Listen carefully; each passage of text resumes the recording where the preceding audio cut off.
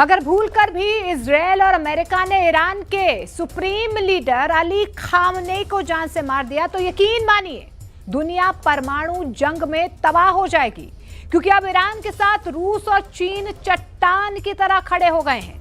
रूस और चीन के इसी एक्शन से इजराइल और अमेरिका बुरी तरह से बौखला गए हैं। खबर यह है कि ईरान 15 दिन में परमाणु बम बनाकर हमला कर सकता है। अगर ऐसा हुआ तो पूरे मिडिल ईस्ट में परमाणु जंग शुरू हो जाएगी।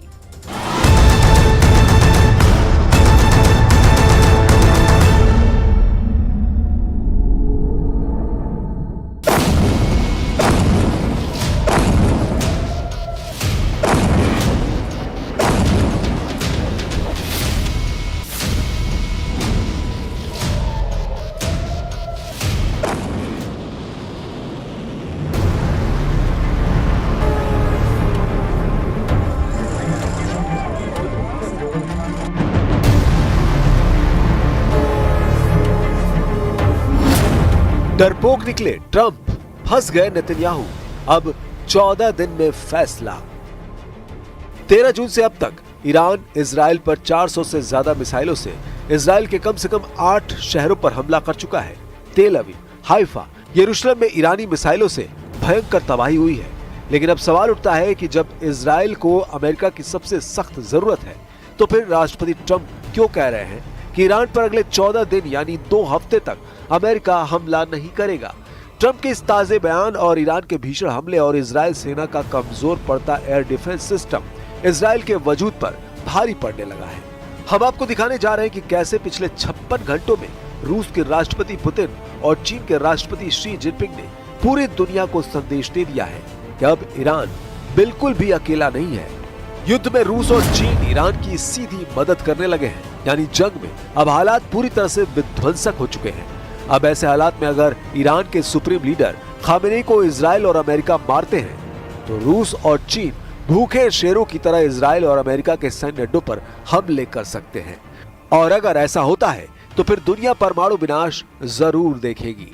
लेकिन इस बीच इजराइल अमेरिका के धोखे से बौखला गया है। उसे जरा भी अंदाजा नहीं था कि जो अमेरिका अगले 24 घंटे में ईरान पर हमला करने जा रहा था, वो अमेरिका अचानक ईरान पर हमला करने के लिए 14 दिन का वक्त क्यों मांग रहा है।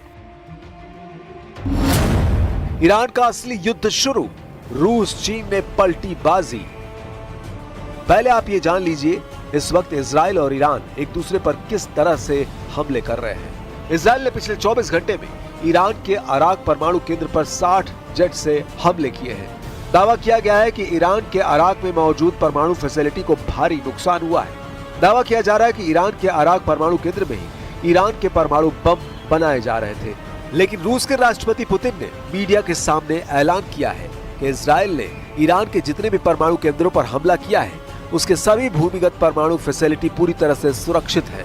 यानी ईरान के नतांज अराक पर हुए इजरायली हमले रूस के मुताबिक नाकाम साबित हुए हैं। इधर ईरान ने इजराइल के परमाणु केंद्र नेगेव पर हमला करने का दावा किया है। ऐसा माना जाता है कि इजराइल की राजधानी तेल अवीव से कुछ दूरी पर यह अड्डा है जहां इजराइल के परमाणु बम रखने के दावे किए जा रहे हैं। अब आप ये जान लीजिए कि 8 दिन की इजराइल ईरान जंग में कैसे ईरान ने इजराइल पर भीषण हमले शुरू कर दिए हैं और क्यों कहा जा रहा है कि रूस और चीन ईरान का अब जमकर साथ देने लगे हैं। युद्ध में ईरान का सीधा साथ दे रहे हैं रूस और चीन। चीन और रूस से तेजी से ईरान पहुंचा रहे हैं हथियार। रिपोर्ट में दावा किया गया है ईरान को बचाने के लिए चीन ने समंदर में जासूसी युद्धपोत तैनात कर दिए हैं। रूस ने ऐलान किया है कि अगर ईरान के सुप्रीम लीडर अली खामेनेई को मारा तो होगा भयंकर सर्वनाश। इजरायली मीडिया में दावा किया गया है कि 15 दिन में परमाणु बम से हमला कर सकता है ईरान। वॉशिंगटन में आपातकाल मीटिंग हुई है क्योंकि ईरान के पलटवार से सख्ते में है ट्रंप। ईरान, रूस, चीन से घबराकर ट्रंप ने 14 दिन तक ईरान पर हमला न करने का फैसला लिया है। तेल अवीव, हाइफा में भारी तबाही हुई है। ईरानी मिसाइलों ने इजराइल में मौजूद माइक्रोसॉफ्ट ऑफिस को मिसाइल हमले से उड़ा दिया है। इजराइल के परमाणु अड्डे नेगेव पर ईरान ने मिसाइल से हमला करने का दावा किया है। खबर यह भी कि ईरान के डर से अमेरिका ने कतर के अड्डे से 40 में से 37 जेट हटा दिए हैं। ईरान की सेजिल मिसाइल ने इजराइल में मचाई तबाही। ईरान के फोर्दो परमाणु अड्डे को कैसे तबाह करेंगे अमेरिका इजराइल, इसे लेकर तेल अवीव से लेकर वॉशिंगटन तक मीटिंग हो रही है। ईरान के भीषण मिसाइल हमलों को रोकने के लिए हर दिन इजराइल को 2500 करोड़ रुपए खर्च करने पड़ रहे हैं। ऐसा दावा वॉल स्ट्रीट जर्नल की रिपोर्ट में किया गया है।